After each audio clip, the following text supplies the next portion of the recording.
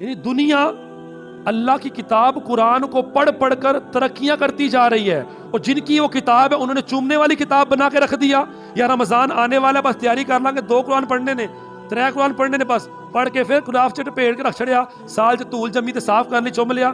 یہ قرآن کا مقصد نہیں تھا۔ ہم لوگوں نے قرآن کو بلا دیا، اور درس قرآن اگر ہم نے نہ بلایا ہوتا، یہ زمانہ نہ زمانے نے دکھایا ہوتا۔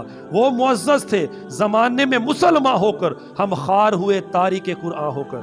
ان کی عزتیں تھی، اور عزت کیوں نہ ہو، اللہ کے رسول نے فرمایا ہے، اور رسول کے الفاظ سنیے، مدینے والے آقا فرماتے ہیں جو قوم اس قرآن کا ادب کرے گی، اس کی عزت اور احترام کرے گی، اللہ اس قوم کو عزت عطا فرمائے گا، اور جو قومیں اس قرآن کو چھوڑ دیں گی، اس کا ادب و احترام نہیں کریں گی، اللہ اس قوم کو ذلیل و رسوا کر دے گا۔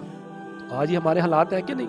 ہر طرف مسلمان پس رہے، ظلم مسلمانوں پہ ہو رہا ہے۔ فلسطین میں دیکھ لیں مسلمانوں پہ حملے ہو رہے ہیں، کشمیر میں دیکھ لیں مسلمانوں میں، انڈیا میں مسلمانوں کو مارا جا رہا ہے، اور اتنے مظلوم مسلمان ہیں کہ جہاں مرضی آواز اٹھائیں کوئی آواز سننے والا نہیں۔ یو این او جسے اقوام متحدہ کہتے ہیں، کبھی آواز اچھا گفتگو کر لو، ڈیبیٹ کرتے ہیں، بار بار بلا رہے ہیں، حل آج تک نہیں ہوا۔ 70-75 سال ہو گئے ہیں، کشمیر وہیں کا وہیں قید میں ہے، فلسطین وہیں کا وہیں قید میں ہے، ایک بار بھی آزادی کی رہائی نہیں ملی۔ وجہ کہ مسلمان قرآن چھوڑ چکے، اور جب قرآن مسلمانوں کے پاس تھا اور وہ پڑھتے تھے، عمل کرتے تھے، تو جس راستے سے مسلمان آتے تھے اگلی قوموں کو پتہ چلتا کہ مسلمان آ رہے ہیں، تو پہلے تھر تھر کانپتے اور کہتے ہم ان سے جیت نہیں سکتے۔ سلطان صلاح الدین ایوبی کا نام سنا ہوگا آپ، 32 سال تک یورپ کے اندر اسلام کا پیغام عام کرتے رہے، اور جہاں جہاں جاتے رہے، جب انہیں پتہ چلتا کہ صلاح الدین آ رہا ہے، وہ لوگ پہلے اپنے ہتھیار ڈالتے ہم جیت نہیں سکتے اس سے۔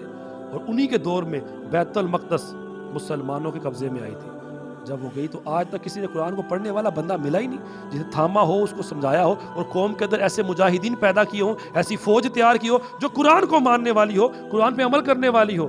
ان کے جذبات بڑھتے تھے قرآن پڑھ کے۔ آج ہمارے پتہ ہی چلتا قرآن پڑھ کیا رہے ہیں، سنا کیا رہے ہیں، پڑھنا ہی نہیں آتا۔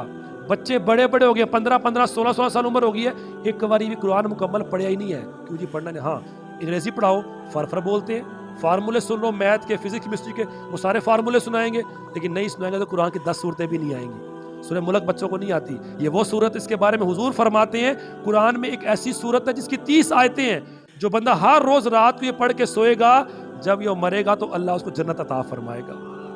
یہ صورت بندے کی بخشش کرے گی، شفاعت کرے گی۔ ہم نے ان صورتوں کو چھوڑ دیا ہوا ہے۔ اگر آتی ہے تو قل ہو اللہ شاید آتی ہوگی، انا آتا ہی نہ، یہ 14 صورتیں اور آتی ہوں گی۔ بقیہ قرآن کو ہم نے پڑھنا سیکھا ہی نہیں، نہ کبھی کوشش کی، اور بچپن میں کسی نے یاد کروا دی ہوں گی، اس کے بعد تو ہم نے کوشش کی نہیں قرآن پڑھنے کی۔